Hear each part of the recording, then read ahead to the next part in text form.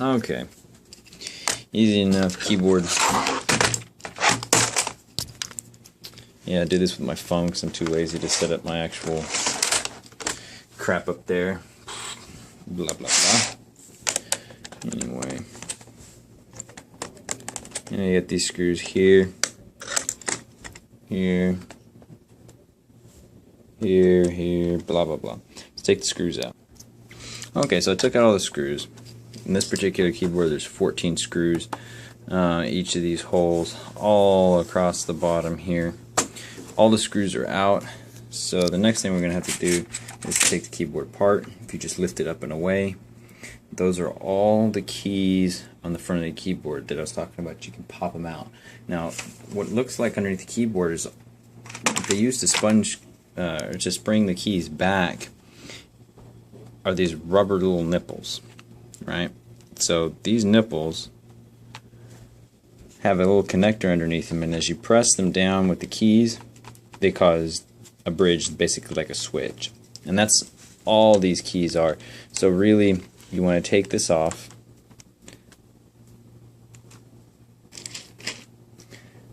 And then you can see you've got these contacts under here. And this is a pressure board. So basically what you have, I keep forgetting to move you want to take this plastic sheet that's got these copper contacts embedded in it off. Now there's a screw here, like there will be on most keyboards, that hold this in. And this is the cheapest way they can possibly do these boards. And so it's the way just about every board is going to be, unless you get one of the super expensive ones that have weighted keys and all that crap. I mean, it's not a piano, it's a or a keyboard. It's a keyboard, not a piano. Whatever. So anyway,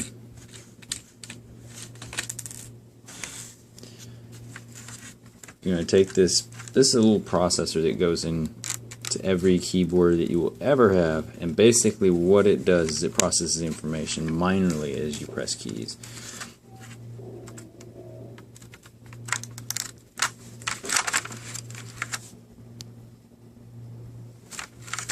I guess I should have set up my upper cam, but I'm too lazy for that. So you'll have two layers of substrate, and this is the power of this junk. So you'll have two layers. You have this upper layer that we're taking apart here. Take this grounding screw out.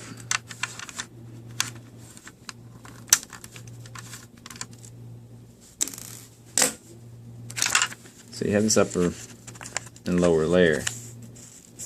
And more than likely what has happened is in between these layers, and this is just a grounding plate. There's no sense in pulling this out. I mean, you could pull it out, but this is just metal for this to ground onto. Here's your real issue. And basically what's going to probably look like, and eventually it may dry, but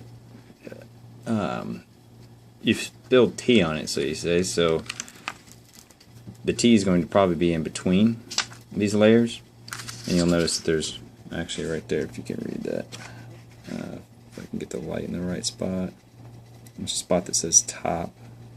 Not that it really matters, I'm just showing that. And there's a top and bottom.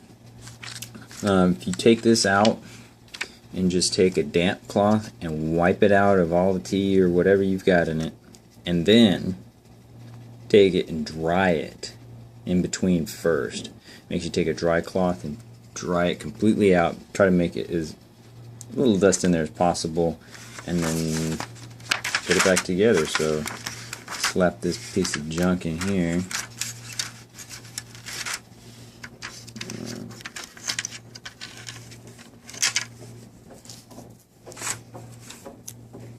So you'll plug these back in. They just press in.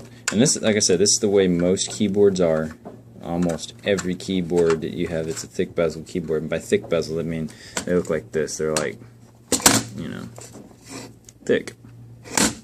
You get the thin ones that are like on a laptop that are, I don't know, probably as thin as the rod on the pencil. Those are a bit more difficult because they press those keyboards generally together and glue them. So You're not really going to take them apart and get them back together the same way as you would this, but most keyboards come apart this way. Pretty simple. Just a lot of screws. It's real simple. There's really only, what, 2, 3, 4 pieces really to take apart. You just have a bunch of screws holding it together. Anyway, I'll put this back together. Okay, one thing of importance to note is that you might have some buckling whenever on the upper plastic. That's okay. It doesn't matter. Once you get this back together, it's going to be held to the distance apart you need. It's going to make contact with the grounding plate. There's no reason for you to try and get this super smoothed out and make it nice and perfect like it was whenever you took it apart. It's not a big deal. And we'll go ahead and slap this piece of junk back on here. And all this rubber plate is for the rebound of the keys. That's really the only purpose that this little rubber thing serves.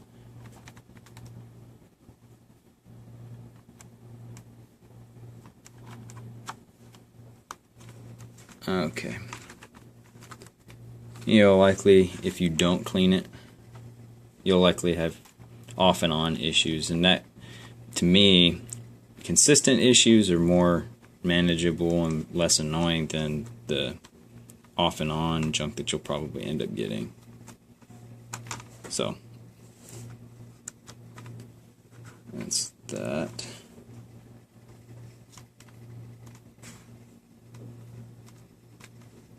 And there's these little pins that pop up that you can press the pad onto. And that's all I'm doing there. And see how it's popping up right there? That's fine. No one cares, even the keyboard doesn't. Alright. There's that. And here's all your keys.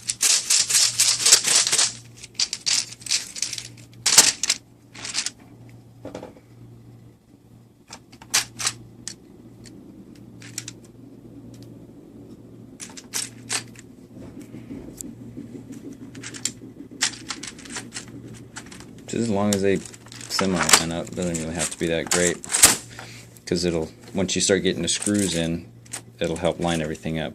But the reason that I'm doing it this way first is because if you try and take and put this on the way we took it off, you end up with the rubber just hang down, so you might get it off that way, and that would be bad. So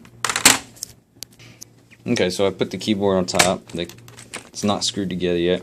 You want to make sure you hold it together as you flip it over and put it face down. And make sure you keep pressure on it, because those buttons are going to try and push it away from the housing, and then pop your screws back in. And really put one screw on one side, one screw over here in the corner. You can see it's already pushing up away. Pop screw in there, start the screw, pop screw in here, start that screw, and then just screw both of those down pretty decent, and then you can just get the rest of these massive screws.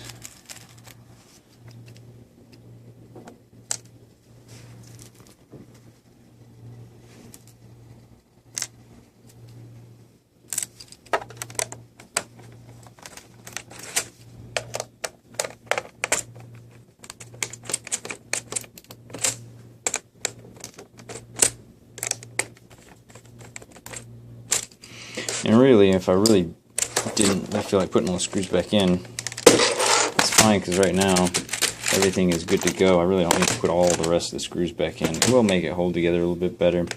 You'll probably notice some creaking if you were only put like 4 screws, but I'm too lazy to do the rest of it because I don't give a crap about this keyboard.